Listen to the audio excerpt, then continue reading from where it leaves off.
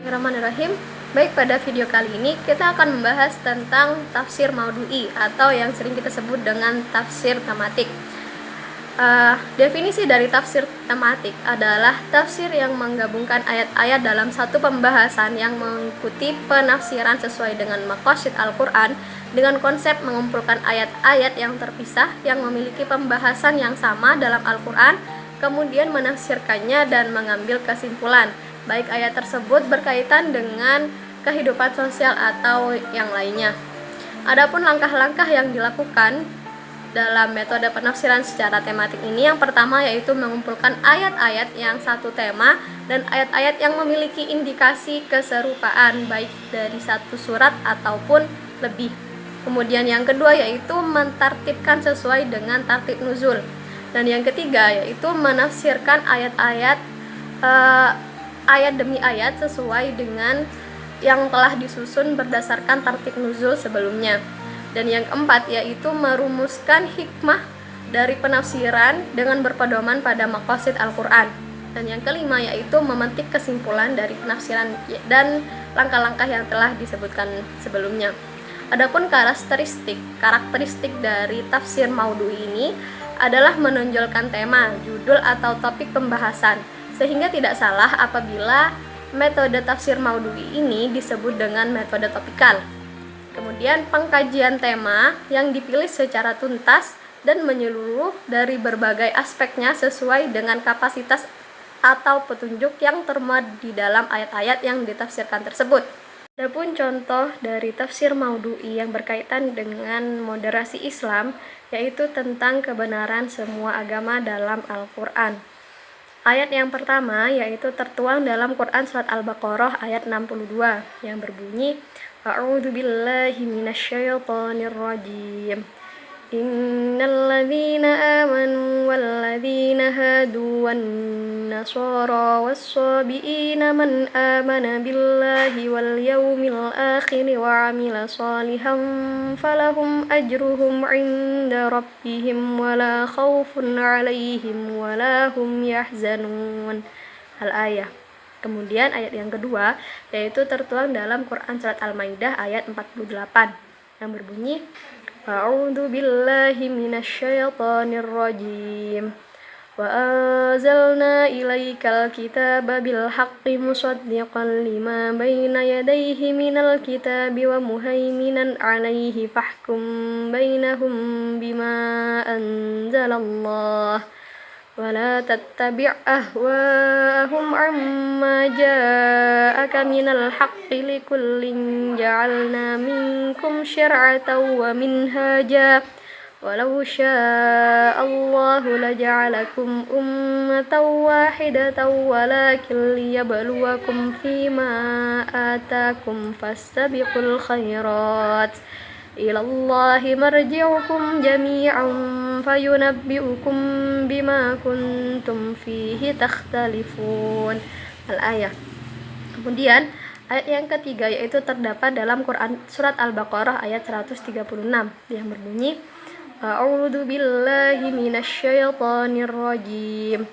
Qulu amanna billahi wa ma unzila ilaina wa ma unzila ila Ibrahim wa Ismail wa Ishaq wa Ya'qub wal asbati wa ma utiya Musa wa Isa wa ma utiyan nabiyyuna min rabbihim la nufarriqu baina ahadin minhum wa nahnu lahu muslimun. Dan ayat yang keempat terdapat dalam Quran surat Al-Imran ayat 85 yang berbunyi, A'udzu billahi minasyaitonir rajim. Wa man yattabi' ghairal islami dinan falan yuqbala minhu wa huwa fil akhirati minal khasirin. Shadaqallahul adzim. Nah, adapun penafsiran dari ayat-ayat tentang kebenaran semua agama, yang pertama yaitu surat Al-Baqarah ayat 62.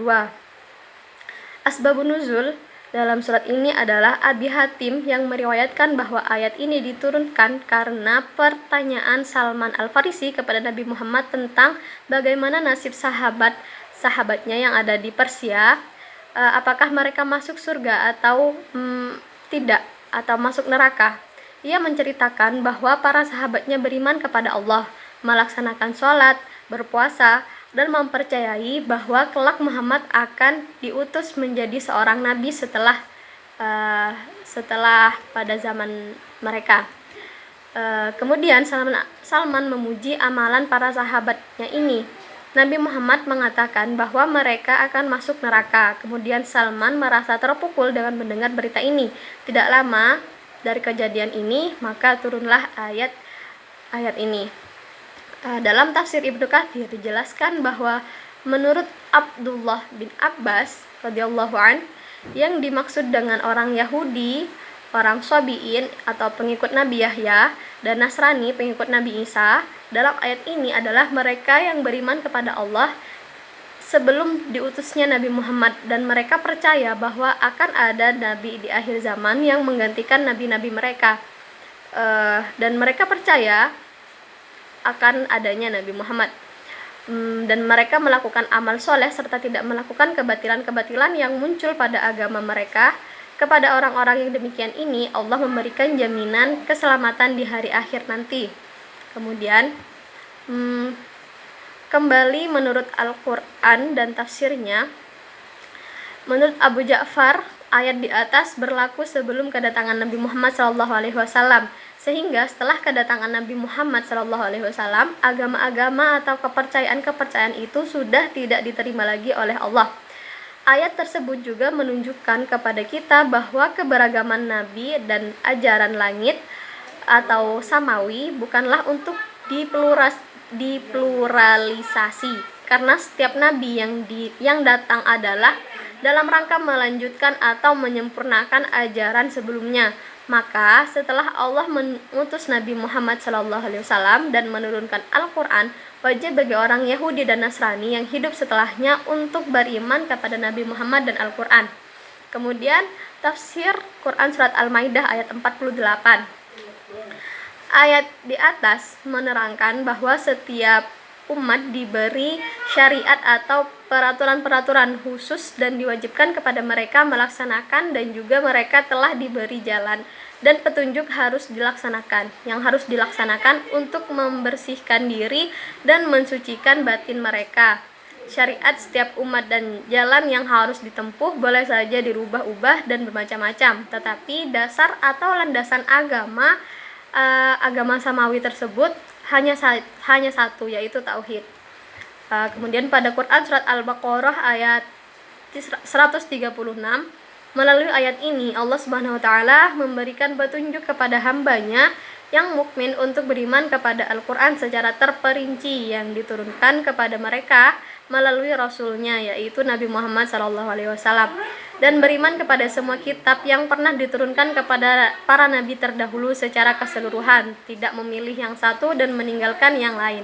Hal ini karena pada dasarnya semua para nabi beragama dengan agama Islam, yakni mempunyai satu kaidah, yaitu percaya kepada Allah Subhanahu wa taala. Kemudian pada Quran surat Al-Imran ayat 85, asbabun nuzul dari ayat ini adalah Mujahid As-Suddi berkata, ayat ini turun berkaitan dengan Al-Haris bin Suwaid, saudara Al-Hulas bin Suwaid pada awalnya termasuk sahabat Ansor. Tetapi kemudian pada Quran surat Al-Imran ayat 85, asbabun nuzul dari ayat ini adalah Mujahid As-Suddi berkata, ayat ini turun berkaitan dengan Al-Haris bin Suwaid, saudara Al-Hulais bin Suwaid pada awalnya termasuk sahabat Ansor, tetapi selanjutnya ia beserta 12 orang lainnya murtad dari Islam dan pergi ke Mekah dalam keadaan kafir.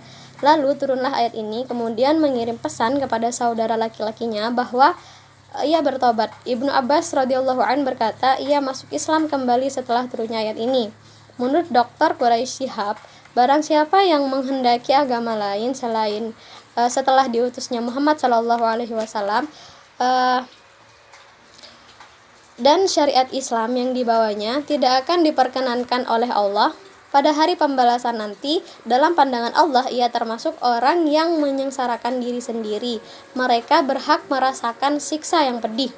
Kemudian adapun hikmah yang dapat dipetik dari ayat-ayat tentang kebenaran semua agama dalam Quran surat Al-Baqarah ayat 62, yaitu setiap perbuatan yang dilakukan atas dasar taat kepada Allah akan mendapatkan ganjaran dan dari perbuatan tersebut. Syarat mendapatkan balasan terbaik dari ayat ini adalah beriman kepada Allah dan hari kiamat. Nah, setelah Allah mengutus Nabi Muhammad, wajib bagi orang Yahudi dan Nasrani yang hidup setelahnya untuk beriman kepada Nabi Muhammad SAW dan Al-Quran. Sedangkan dalam Quran surat Al-Maidah ayat 48 yang pertama yaitu setiap umat memiliki syariat dan hukum sendiri-sendiri sesuai dengan zaman dan kondisi hidup mereka saat itu. Namun secara akidah dan pokok agama semuanya sama, yakni bertauhid kepada Allah Subhanahu wa taala. Allah menjadikan umat manusia beragam untuk menguji keimanan mereka dan memberi kesempatan untuk berlomba-lomba dalam kebaikan.